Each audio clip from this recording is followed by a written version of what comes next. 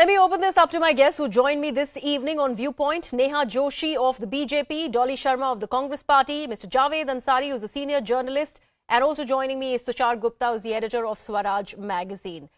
Now, welcome, ladies and gentlemen, on this very special edition of Viewpoint. And of course, the discussion, unfortunately, remains the same. Neha Joshi, would you first begin and throw some light on what really is happening inside the parliament, why the stalling is continuing, despite the fact that the Manipur situation needs to be importantly looked at by both the government and also the opposition?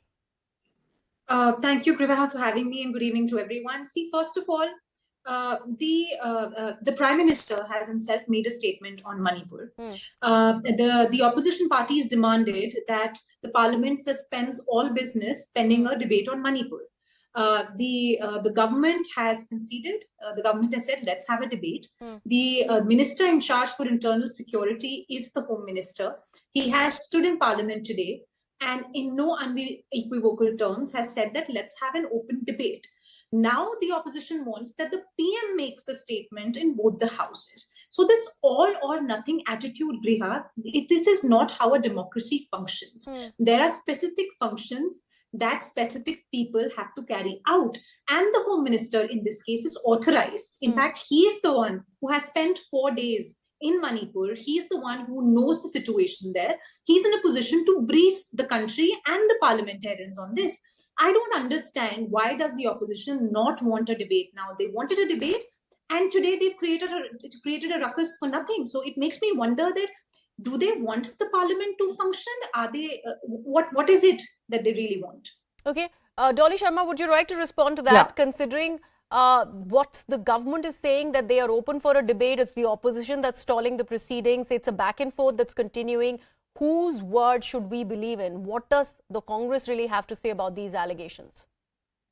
Greha, this government has failed completely in Manipur. We have seen the visuals, the bone-chilling visuals that came out of Manipur, and that was not only one incident. There were 2 incidents happening the same day, 40 kilometers away on Wednesday. Another incident was happening. 2 girls were also killed in the same manner.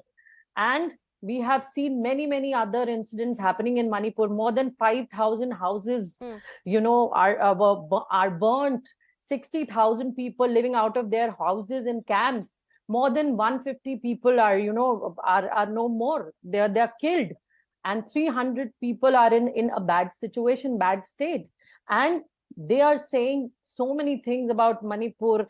And as she gave you an example of Amit Shah's visit to Manipur, Amit Shah's visit to Manipur was nothing more than a hollow show. If his no, but Dolly, they are also saying that they are ready to have a conversation. They are ready to have a debate. Why is the opposition still not going ahead with that? Give me 10 seconds, Greha. Let me complete. Give me 10 seconds. So why the opposition wouldn't want to complete the discussion? We want discussion on Manipur.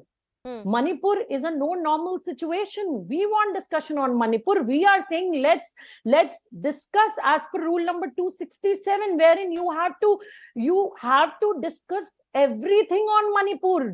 What they're doing is they want the discussion as per 176, wherein they'll give us 2-3 minutes to discuss. 2-3 people will come and speak. But Dolly, as per 176, and if they will have there time can be a good amount of time. Like 2.5 hours can be dedicated to the discussion. Why not immediately? Why not immediately? It can be any day. It can be any day. Okay. Neha, I see that you wanted to respond to Dolly, but before that, let me actually bring in Mr. Javed Ansari. All right, Dolly, got your point. Got your point. Javed Ansari, I'd like to understand from you this entire sparring over certain rules, whether it is 267, 176, why not discussion happen under that? The opposition says, BJP says otherwise. What do you actually see, in this entire controversy that's emanating out of the parliament? Even there were allegations that were made that the timing of the video that's come out of Manipur is also questionable. How does one see that in totality when all of these arguments come together? Look, I just can't get my head around it.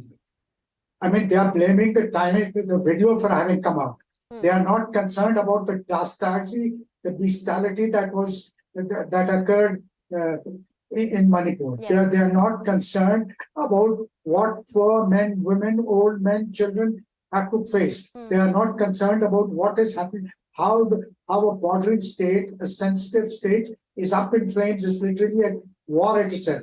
Should that prick our conscience, or should we worry about the fact that the news came out? We were happy, at least the world got to know. Otherwise, there is a blanket ban, nobody knows. Absolutely. And the reason why people are insisting on a debate under a particular rule is because that means that it emphasizes, underlines the urgency of the situation, the importance of the situation. It puts aside all other business and takes this up on a priority. If the Prime Minister can make a 30-second statement in the car park of Parliament, why can he not make a statement on the floor of the House? If the Prime Minister chooses that occasion to appeal to the people of Manipur, one may or may not agree with him, but he is by far the most popular leader in the country, and he is the Prime Minister of India. If he makes a fervent appeal from the floor of the House, it will have a huge salutary effect. The Prime Minister should not wait for the opposition or somebody to demand. He should voluntarily, he should on his own make a suo motu statement. That will have a calming down effect. It will have a salutary effect.